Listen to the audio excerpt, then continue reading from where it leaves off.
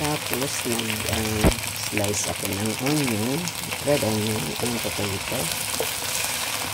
Tapos, ginis ako na po siya.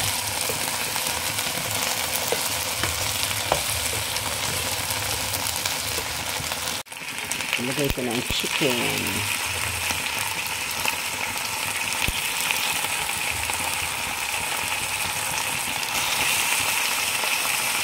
Tapos yan, haluin ko.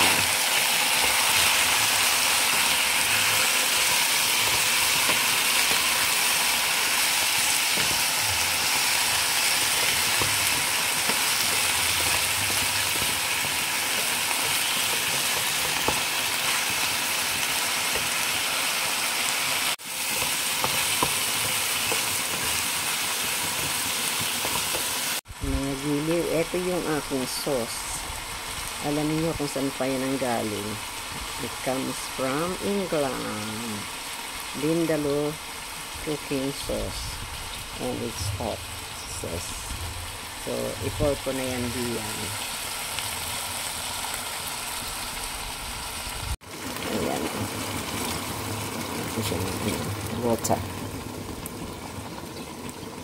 Pindalo lang ito ng aking anak. Yan, lagyan ko na siya ng asin. Titimplahan ko na siya. Lagyan ko na ng chicken cubes.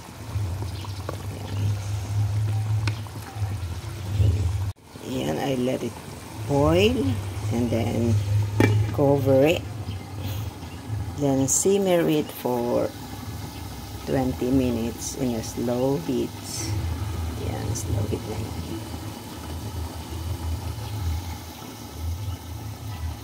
Ayan o, kumukulo na siya. Balik ulit natin. Ito na, mga palangga, luto na siya. Ang aking Vindaloo curry. Very spicy, very hot.